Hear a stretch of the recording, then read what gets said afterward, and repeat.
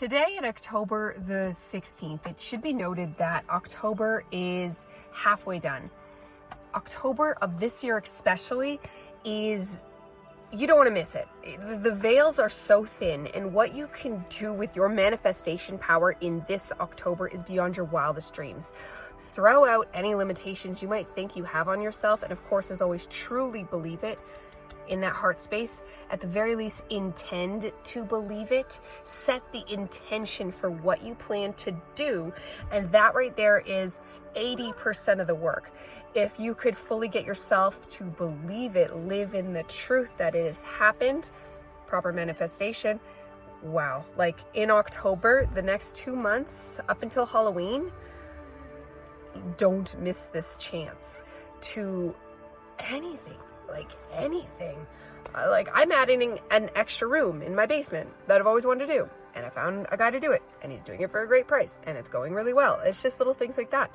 Like I'm looking at getting a nanny, and that's where she's going to live, and it's just all flowing with ease. And that's just my example, but and I'm doing it on purpose. It's not an accident. I'm utilizing the energies on purpose, and they were not wrong when they said, like, now is the time to tap in. Do not miss your chance. And as always, tap into source, tap into yourself, tap into manifestation, tap into meditation. And they go perfectly hand in hand. When you meditate, your manifestations are now on Red Bull. They are going way faster than if you didn't meditate. It's the difference. You don't want to mess it. You want to meditate, especially now. 2 weeks left. Like I'm actually like feeling, I'm like, oh, I only have 2 weeks left. What else can I manifest? Like I'm literally trying to stretch my brain to think about new things that I want to manifest, because I don't want to miss out on anything and think about like in November, oh, I should have manifested that. Because honestly, things are just popping through. I'm actually getting all the kids Christmas presents now, and it's going really well. Usually Christmas shopping is like, when it's just, with 3 kids, it's, it gets expensive and it gets complicated, but this year it's just flowing. It's just flowing. Everything I think about doing, and it's not just me, anybody that is intently putting their intentions on something, like using your full mind power. So we're not talking accidents here. We're not talking, maybe I'm in a good mood today. Maybe I'll be in a good mood tomorrow. No, you have to decide to be in a good mood, meditate yourself in there, because shadow stuff is coming up. That's going to make you extra sad, extra grieved, really, especially because we're in a reflecting phase where you might be looking back at your past and going, I can't believe I did that. Why? You can't do that. You need the atonement. The atonement, if you've ever read A Course in Miracles.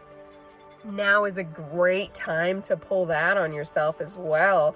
It's not exactly a book you can fly through, but basically it's that we are already forgiven. There was never any need for forgiveness. The whole thing of Jesus coming down so we could be forgiven is a huge misunderstanding. He came down to just tell us we were already forgiven. The kingdom of heaven is already here. And that's something that's backed up by all Gnostic and Hermetic teachings. Like, it's already inside of us. It's just up to us to connect to it. So you're already forgiven. So with our shadow coming up, poor me situations, how could I have done that? How could they have done it?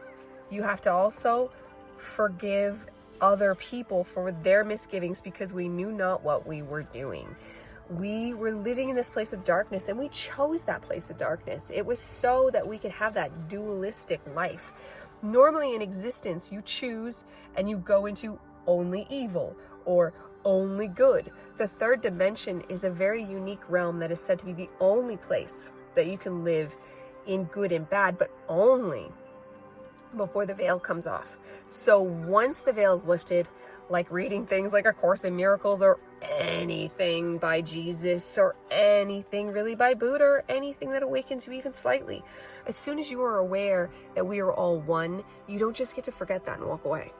You don't just get to think, nah, but I want to go have fun. See, now you're stuck. Now you have to be good. Or, the consequences end up being more dire. But we're not talking, we're going to be good. and we're gonna alleviate our shadow. And on top of that, as we alleviate our shadow, prime time for manifestation. So good luck and enjoy.